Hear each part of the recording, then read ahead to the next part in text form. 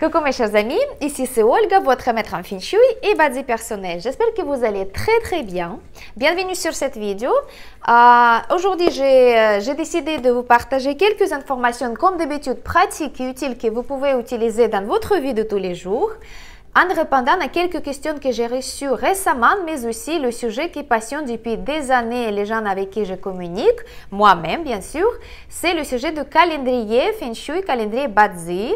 En fait, les énergies journalières, comment on peut l'utiliser, à quoi ça sert, comment on peut faire du bien dans notre vie grâce au calendrier, comment on peut aussi éviter les complications dans votre vie grâce au calendrier aussi Feng Shui. Donc c'est un sujet qui est assez compliqué, mais j'essaie toujours de donner l'information par la voie la plus simple pour que ce soit le plus pratique possible.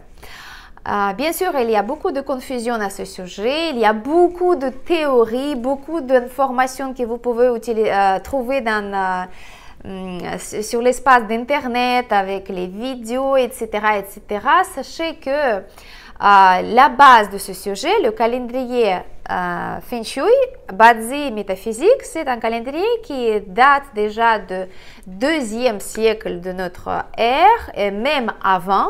C'est un calendrier qui a été utilisé par les agriculteurs en Asie, en Chine notamment, pour justement calculer les influences énergétiques journalières et pour ça, grâce à ça, ils pouvaient justement planifier, si vous voulez, les actions, les activités, les affaires pour que ces affaires soient propices à l'avenir, notamment pour s'aimer les choses, après pour avoir la récolte, etc., etc.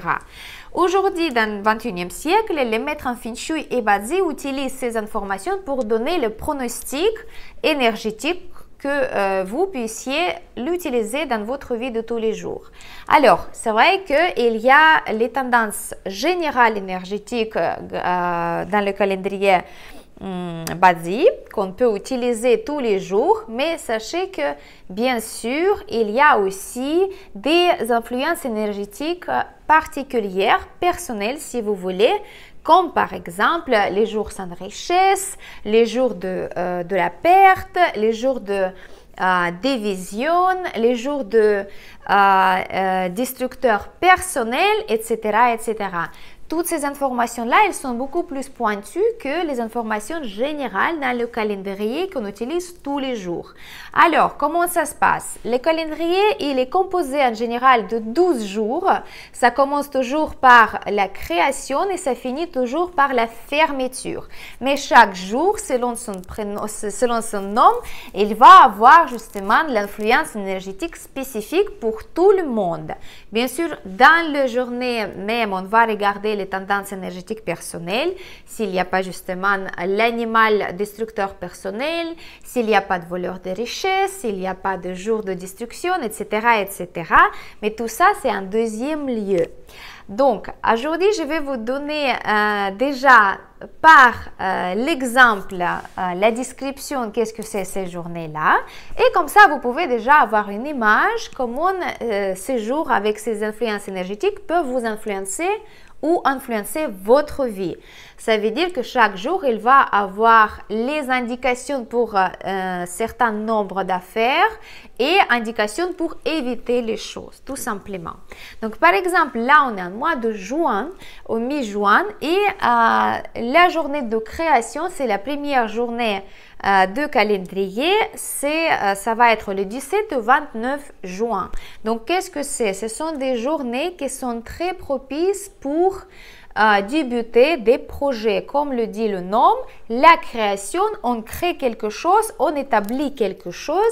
Et si par contre votre préparation pour ces affaires, il est déjà terminé, ça veut dire que vous devez signer un document important, je ne sais pas, chez le notaire ou bien chez un avocat.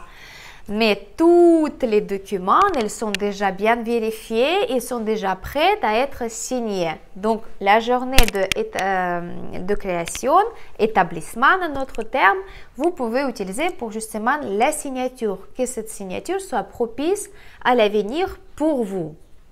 Donc, tout simplement que quand c'est déjà prêt. C'est une journée qui est très propice aussi pour commencer le nouveau travail, pour changer le travail, pour signer aussi un accord avec quelqu'un, pour avoir un accord commercial, par exemple, avec quelqu'un, mais aussi une journée qui est très propice pour toutes sortes de discussions, négociations, d'obtenir de l'aide, de demander de l'aide, de bien parler au sujet de vos projets, parce que c'est une journée qui va donner les énergies pour que vos idées, ils vont grandir et vont avoir le succès dans l'avenir. Voilà, donc ça. Après, c'est vrai que c'est une journée qui peut être très bien aussi pour passer tout simplement en compagnie de vos amis, en compagnie de votre famille, pour se sentir bien, pour se remplir d'énergie positive. Par contre, c'est une journée qui ne convient pas du tout pour par exemple, les travaux de rénovation ou bien démolir une maison et pour par la suite de construire une nouvelle maison à sa place, de ne pas commencer les travaux d'intérieur aussi qui c'est pas bien, et c'est une journée qui n'est pas convenable pour tout ce qui est les funérailles, les obsèques, en fait, les cérémonies de adieu en fait à quelqu'un, parce que c'est une journée d'établissement, donc c'est plutôt pour créer quelque chose, mais pas pour finaliser quelque chose. Alors voilà, j'espère qu'avec les exemples comme ça, vous pouvez avoir plus d'idées qu'est-ce que vous pouvez faire pendant ces jours-là. Alors, on va continuer avec la deuxième journée dans le cycle de calendrier. C'est une journée qui s'appelle destruction ou élimination. Il y a des autres maîtres qui peuvent donner la traduction comme nettoyage, mais c'est une traduction qui est un petit peu légère, un petit peu douce si vous voulez pour les Occidentaux, parce qu'en Asie on utilise quand même les termes bien bruts, bien clairs et corrects. Donc moi j'utilise le terme destruction ou élimination, parce que c'est une journée qui est plutôt faite pour éliminer quelque chose dans la vie.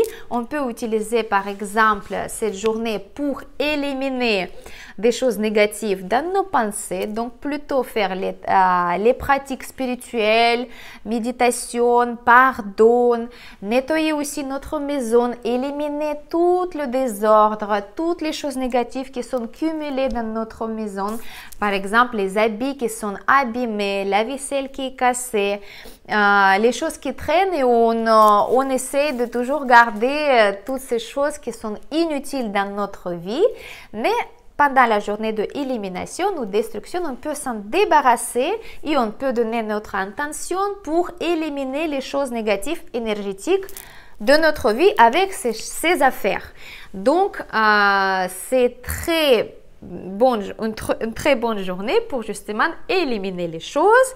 Bien sûr, comme dit le nom, c'est une journée parfaite pour commencer un régime, pour faire le régime, pour faire par exemple les restrictions au niveau de nourriture, par exemple le matin quand vous savez qu'il y a la journée de élimination, destruction, vous dites bon aujourd'hui les énergies sont très propices pour que je puisse faire une sorte de régime ou détox, et par exemple aujourd'hui je ne vais pas consommer la nourriture à base animalière ou bien l'alcool, ou je ne vais pas fumer ou quelque chose comme ça. Chacun choisit bien sûr selon ses propres chose qu'il veut éliminer.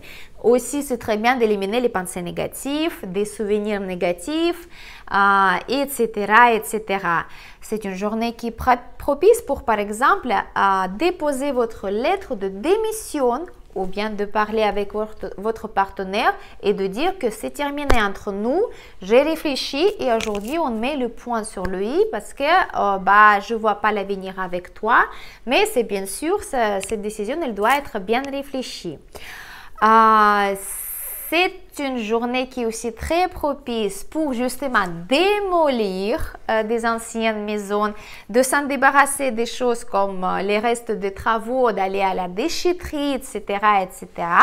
Et c'est une journée qui est très propice pour aller voir un médecin, par exemple, ou bien un médecin, un dermatologue, et pendant cette journée, vous programmez par exemple un rendez-vous pour retirer une grande beauté ou bien vous allez chez le dentiste, vous allez extraire leurs dents. Donc ça, c'est bien utiliser les énergies de la journée parce que quelque chose qui peut être programmé, programmez-les pendant les journées quand vous savez que c'est une journée de démolition. Voilà. Bien sûr, pendant la journée de démolition ou bien élimination, il n'est pas très conseillé de commencer les nouveaux projets parce qu'il y a le risque de perdre, que ces projets ne vont pas avoir le jour tout simplement ou bien ils vont n'être pas propices. Alors, donc, bien sûr, de ne pas se marier pendant la journée de l'élimination. Il n'est pas conseillé d'aller en voyage pendant la journée d'élimination parce qu'il est possible, il est probable d'avoir les problèmes, les complications, etc., etc. Et aussi, on conseille de ne pas adapter les animaux de compagnie ou de bien acheter un chien ou bien un chat parce que c'est considéré quelque chose qui est négatif. Aussi, pendant les journées d'élimination et de démolition, il vaut mieux d'éviter de déménager ou bien commencer les travaux dans votre maison. Donc, vaut mieux de plutôt faire le régime, détox, de s'en débarrasser de quelque chose inutile ou arrêter les relations toxiques, ça c'est bien. Et la journée de démolition, élimination ou bien le nettoyage comme les autres le disent, vous pouvez justement passer en respectant les énergies. Comme ça, les énergies ils vont être bénéfiques pour vous à l'avenir. Alors, troisième journée dans le cycle de calendrier, c'est une journée que j'aime bien. C'est une journée qui s'appelle plénitude ou en autre traduction, remplissage. Quand on remplit notre journée avec les bonnes énergies. Excusez-moi mes chers amis, pour le juin, je n'ai pas dit par rapport à élimination, la journée il va avoir, donc pendant juin, on va avoir 18 et 30 juin, la journée de élimination, démolition. Alors, maintenant on va continuer avec la troisième journée de plénitude ou remplissage. Donc quand on remplit l'énergie positive pendant toute la journée et on va utiliser justement à l'avenir de toutes ces énergies positives parce qu'il est considéré en Feng Shui et en Bazi, quand on donne le pronostic pour la journée de plénitude, on conseille toujours de faire quelque chose d'agréable, quelque chose que vous aimeriez bien de répéter souvent. Donc, par exemple, si vous aimez bien faire le massage du visage ou du corps, essayez de programmer ces choses-là pendant la journée de plénitude parce qu'il y a la chance que les énergies ils vont remplir cette activité et ils vont vous inviter ou vous donner la possibilité de faire ça le plus souvent. Donc, tout ce qui est agréable, le massage, le spa, bon restaurant, shopping, peut-être passer le temps avec vos proches que vous aimez, passer le temps avec soi-même ou bien quelque chose qui vous fait vraiment plaisir, aller au concert, au théâtre, voyager, pourquoi pas. Donc tout ce qui est bien, ce qui vous fait vraiment plaisir et quelque chose qui est agréable pour vous, vous pouvez programmer pendant les journées de plénitude.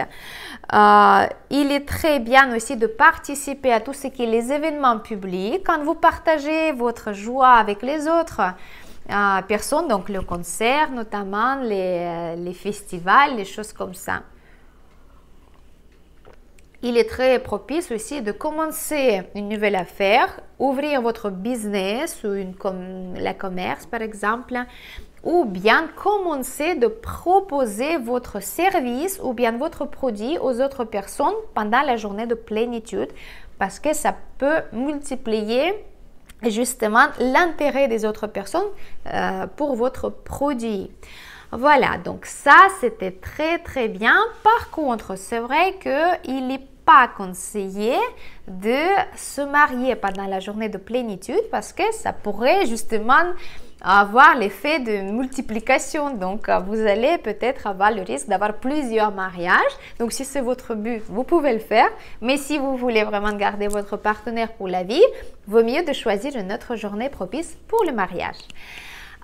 Et aussi de ne pas signer les choses qui ne sont pas intéressantes pour vous. Donc vraiment un contrat, quelque chose qui n'est pas intéressant. Si par exemple vous changez votre mutuelle, supposons, vous avez trouvé quelque chose moins cher avec les mêmes conditions. Donc moi, je vous conseille de faire ça pendant la journée de plénitude. Ça veut dire que vous allez faire les économies tout le temps parce que vous allez avoir la possibilité de faire les économies.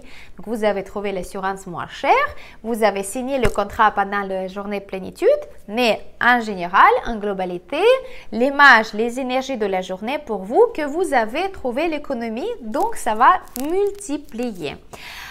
Bien sûr, il n'est pas conseillé de changer le travail parce que ce sera aussi un effet répétitif, de ne pas programmer les funérailles, les cérémonies un petit peu voilà, d'adieu, de ne pas prendre le crédit ou d'emprunter l'argent parce que voilà, c'est pareil, ça peut être non-stop, et de ne pas commencer tout ce qui est les disputes, les affaires juridiques, etc., parce que ça peut justement multiplier. Donc, pendant le mois de juin, la journée de plénitude, on va avoir 19 juin et le 1er juillet. Vous vous souvenez que le calendrier solaire, c'est pas le 1er le début, mais c'est plutôt le 6 ou 7. Et le juillet, il va commencer que le 7 juillet. Donc, le juin 2023, on va vivre jusqu'à 7 juillet. Voilà, mes chers amis, c'était la première vidéo que je vous ai proposée pour justement vous parler au sujet du calendrier. Qu'est-ce que c'est? Souvenez-vous que j'ai sur ma page Instagram, tous les jours, je vous donne le pronostic journalier tous les jours. Donc, comme ça, en avance, vous pouvez regarder comment vous pouvez programmer votre journée. Bien sûr, le calendrier en avance, si vous avez les affaires importantes que vous pouvez, par exemple, programmer dans 2 mois, 3 mois, je peux vous calculer personnellement. Tous les détails, vous pouvez demander sur le lien en bas de cette vidéo dans la description. Je vais vous continuer de parler au sujet de calendrier dans la prochaine vidéo. Aujourd'hui, je vais vous dire au revoir. J'attends vos partages, vos likes et vos commentaires, aussi vos questions. Je serai ravie de vous répondre. C'était votre maître en Feng Shui et Badzi personnel, Olga Lakivan. À bientôt!